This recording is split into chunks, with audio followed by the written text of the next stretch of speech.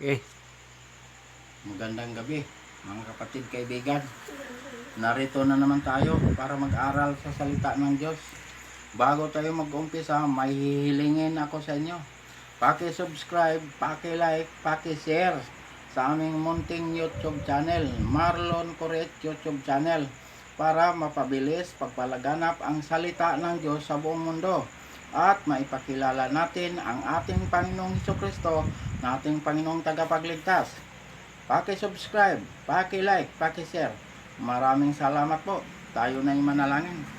Ama naming Diyos nga makapangyarihan sa lahat, salamat po Panginoon sa gabing ito. Narito po kami, Ama, para mag-aral sa iyong salita. Basbasan mo po Panginoon ang lahat ng taga-subaybay at lahat ng taga-pakinig nitong mensahe na ito, na sila ay makakilala sa iyo at ikaw ay tanggapin bilang Panginoon at tagapagligtas. Ito ang aming hiling at samot dalangin sa pangalan ng aming Panginoong Hesukristo, na aming Panginoong tagapagligtas. Amen. Dito tayo mag-aral mga kapatid kaibigan sa unang Korinto kapitulo 15 versikulo 51 hanggang 57. Ito ang sinasabi dito sa versikulo 51. Makinig kayo, sasabihin ko sa inyo ang isang hiwaga. Hindi tayong lahat ay mamamatay, ngunit tayong lahat ay babaguhin. Yan ang sabi dito sa 51. Hindi lahat mamamatay, pero tayong lahat ay babaguhin. Anong ibig sabihin nito? Babaguhin itong ating katawan na may kamatayan. Palitan ito ng katawang hindi na mamamatay.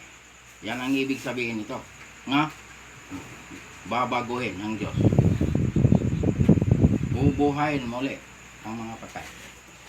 Yan ang ibig sabihin nito sa 51. 52. Ito ang sinasabi dito sa 52.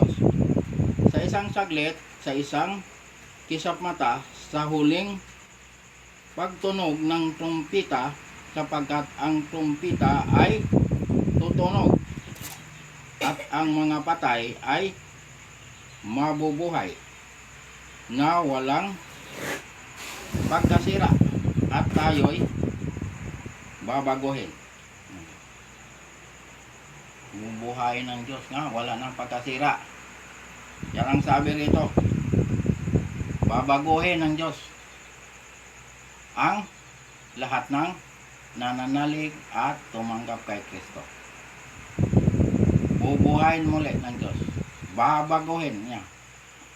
Palitan ng katawan nga hindi na mamamatay. Katawang panlangit ang ipapalit nito. Yan ang ibig sabihin nito, mga kapatid kaibigan. 53. Sapagkat kailangan na itong may pagkasira ay magbihis ng walang pagkasira, at itong may kamatayan ay magbihis ng walang kamatayan. Ang ibig sabihin nito, palitan ng katawang wala ng kamatayan. Ang tinatawag na buhay na walang hanggan. Ayan ang ibig sabihin nito, nga hindi na tayo mamamatay. Palitan ng katawang hindi na mamamatay. Yan sinasabi, nabihisa ng walang kamatayan. Palitan ang nasisira ng walang pagkasira. Yan ang ibig sabihin dito, mga kapatid kaibigan. Ito, kaligtasan ito. Ang ating pinag-aaralan dito, nga babaguhin ng Diyos ang mga nananalig sa Kanya, ang lahat ng mga tumanggap sa Kanya. Bibigyan ng Diyos ng buhay na walang hanggan. Yan ang ibig sabihin dito. 54. Itong sinasabi sa 54. Subalit kapag itong may pagkasira ay mabihisa ng walang pagkasira, at itong may kamatayan ay mabihisa ng walang kamatayan, ay mangyayari ang salitang nasusulat. Ang kamatayan ay nilamon sa pagtatagumpay. Nilamon sapagkat pagtatagumpay ang kamatayan. Ibig sabihin, natalo na si kamatayan. Hindi na tayo mamamatay kahit kailan. Dahil buhay na walang hanggan. Yan ang ibig sabihin dito. Nga, wala ng kamatayan.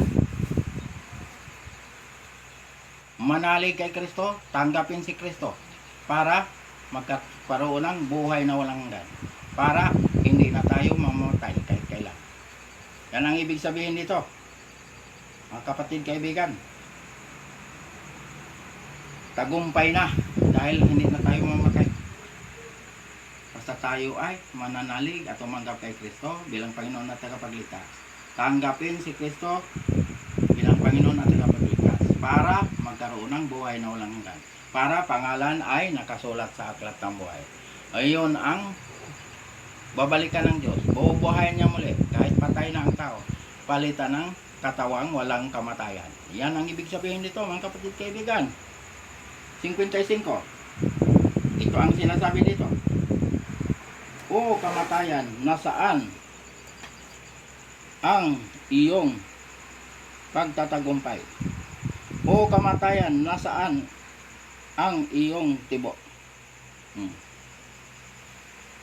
Yan ang sinasabi dito. O kamatayan, nasaan ang iyong pagtatagumpay? Wala na. Talo na si kamatayan. Dahil si Kristo ay namatay sa cross. Binayaran ang kasalanan ko, kasalanan nating lahat. Kaya tayo ay nagkaroon ng buhay na walang hanggan. Bayad na ang ating kasalanan. Si Kristo ang nagbayad ng ating kasalanan.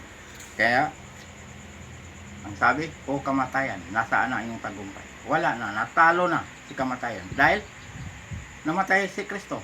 Dahil sa ating kasalanan. Binayaran ni Kristo ang kasalanan ko, kasalanan nating lahat. Yan ang ibig sabihin nito, mga kapatid, kaibigan.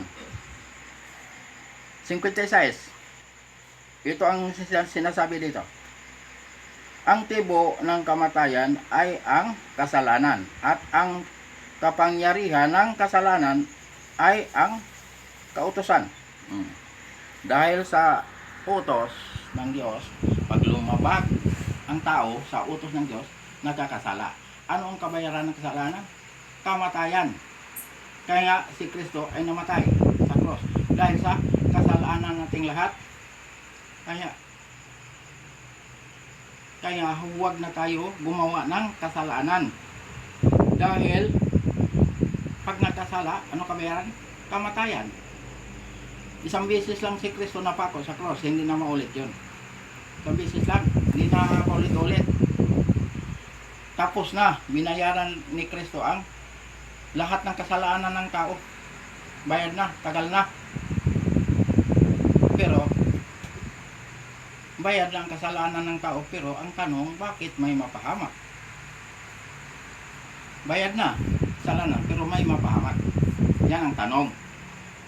Dahil ang tao ay ayaw makinig sa salita ng Diyos, ayaw maniwala, ayaw tumanggap kay Kristo. Kaya sila ay napahamak.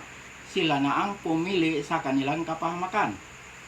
Ayan, may mapahamak pag ang tao ay hindi maniniwala, hindi makinig sa salita ng Diyos, hindi mananalig kay Kristo, hindi tumanggap kay Kristo. Kaya sila ay napahamak. Yan ang ibig sabihin nito, mga kapatid, kaibigan. Last verse, 57. Ito ang sinasabi dito sa 57. Subalit, salamat sa Diyos na nagbibigay sa atin ng pagtatagumpay sa pamamagitan ng ating Panginoong Hesukristo. Salamat sa ating Panginoon na binigyan tayo ng pagtatagumpay, binigyan tayo ng buhay na walang hanggan. Salamat sa Kanya na iniligtas niya tayo sa tiyak na kapahamakan. Binigyan niya tayo ng buhay na walang hanggan. Yan ang ibig sabihin nito, mga kapatid, kaibigan, na itong ating pinag-aralan. Ito ay katiyakan ng ating kaligtasan. Paano matiyak ang kaligtasan? Manalig kay Kristo. tanggapin si Kristo bilang Panginoon at tagapagligtas. Para magkaroon ng buhay na walang hanggan. Para pangalan ay nakasulat sa aklat ng buhay. Ayan. Dahil ang kaligtasan nasa pananalig kay Kristo. Pag hindi tayo nananalig, hindi tayo tumanggap kay Kristo, wala ang pangalan sa aklat ng buhay. Kaya mga kapatid, kaibigan, tiyakin natin ang ating kaligtasan ngayong buhay pa tayo. Dahil napakahalaga ang kaligtasan. Napaka-importante ang kaligtasan. Dahil pag hindi ka ligtas, bawian ka ng yung hiram na buhay, ang hintayin mo ay hatol na lang ng Diyos. Hindi ka na pwede suluwiningan. Dahil wala ka nang alam. Hindi ka na makakakita, hindi ka na makakarinig, hindi ka na makakagalaw. Kaya hindi pwede suluwiningan ang patay. Dahil ang sabi sa Ecclesiastes 9:5, ang buhay ay alam niyang siya'y mamamatay. Pero ang patay wala nang nalalaman at wala nang pag-asa. Yan ang sinasabi.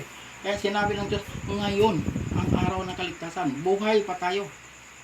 Katiyakin natin ang ating kaligtasan ngayong oras na ito. Manalig kay Kristo, tanggapin si Kristo bilang Panginoon at tagapagligtas para pangalan ay nakasulat sa aklat ng buhay. Yan ang katiyakan. Pagkatapos mong tinanggap ang ating Panginoon, ano gagawin?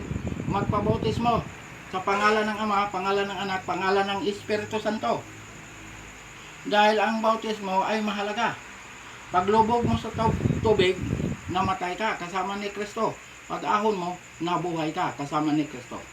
Kaya ikaw ay isa ng bagong nilalang. Wala na ang dating pagkatao. Ikaw ay bago na. Ikaw ay nakatawid na sa kamatayan tungo sa buhay na walang hanggan. Buhay ka pa, nakatawid ka na sa kamatayan tungo sa buhay na walang hanggan. Bakit nakatawid ka na? Namatay ka na kasama ni Kristo. Nabuhay ka kasama ni Kristo. Yan ang ibig sabihin ng bautismo. Ikaw ay nagiging born again. Kaya ang ito laman, makasalanan ito. Pag nabautismohan ka, nagiging born again ka. Nabuhay ka sa espiritu. Kailangan sa espiritu tayo mamumuhay, hindi sa laman. Kaya ang laman ay makasalanan. Ito ay mamamatay.